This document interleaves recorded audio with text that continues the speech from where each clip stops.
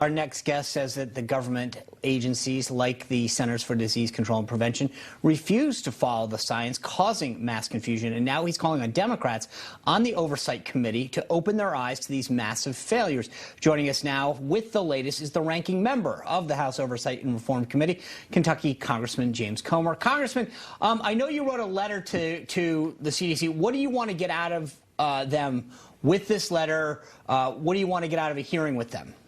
Well, we have a lot of information. We have some whistleblowers that have talked to us. We have copies of emails where it's clear a pattern existed to where the CDC so-called experts were taking advice from political entities like the American Teachers Association, the National Education Association, and other teacher groups to continue to keep schools shut down. We all know what this did to the education of the majority of school-age kids that went to public schools. You know, they basically lost a year of their education. We also wonder why they've never taken a harder stance on efforts to try to determine the origination of COVID-19, and plus the budget. I mean, prior to COVID, the CDC had a $2 billion annual budget, the majority of which came from the United States. Well, during COVID in 2021, during Biden's first year in office, Congress appropriated the CDC $7 billion more. And yet the Democrats have not had any oversight whatsoever over this money, but yet they want more. So I think they're long overdue for oversight. We have so many questions, not just with how they spent their money, but what they based their decisions on. Was it the actual science, or was it the political science? You know, that's right, Congressman. And you think about how the American people have been dragged back and forth with these mandates. Why do you think it is that these Democrats, they're really not on board to expose the failures related to the pandemic by the CDC? I have no idea. I have questions why the Democrats don't want to have officials with the CDC before the committee. I mean, there are legitimate questions that really aren't partisan questions. Some of these decisions were made at the end of the Trump administration, but you know, right now the Democrats are doing everything in their ability to protect the CDC, the World Health Organization, the National Institute for Health, and any other government agency. Yet we continue to publish more emails and more communication that would suggest that these health agencies that we give billions and billions of American taxpayer dollars to, they followed the political science instead of the actual science. All right, well, speaking of that, that's really interesting that you brought that up, because in 2018, there was a summit on pandemic preparedness that was held at the National Academy of Medicine. As you may recall, back then, we just come out of SARS-1. And so there's a lot of attempts to look at what worked out of SARS-1. I want to play you the clip. It's alarming when you walk down the street and everybody coming towards you has a mask on.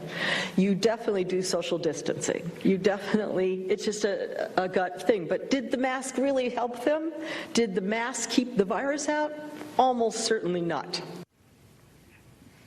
Almost certainly not, right? That's the National Academy of Science. Like, that's not some far right-wing crazy thing, right? That's right. What we knew in 2018 after SARS-1.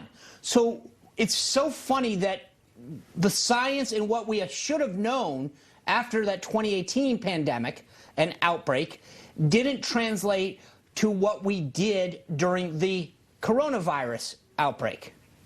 That's exactly right. That's another example of not following the medical science among their own experts, among their own advisors. And you look at where we are today. I mean, Sean, you just walk around the Capitol right now.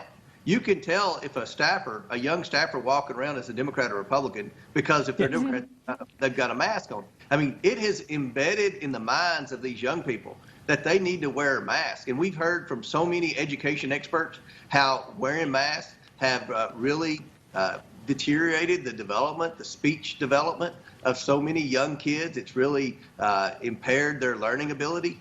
And yet the medical science seems to suggest, dating all the way back to what you just showed, that the masks weren't that effective.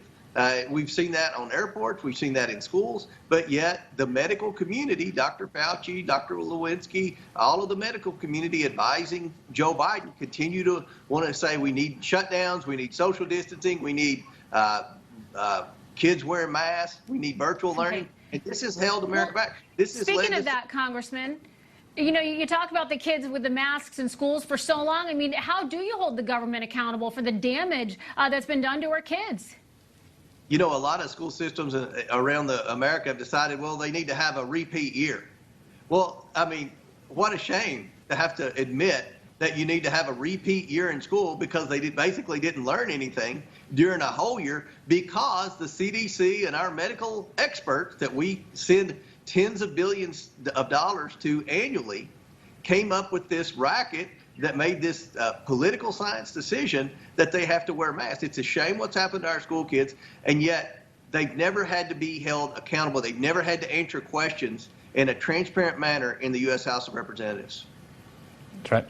Congressman Comer, thank you. Appreciate it. Thanks for having me, Sean.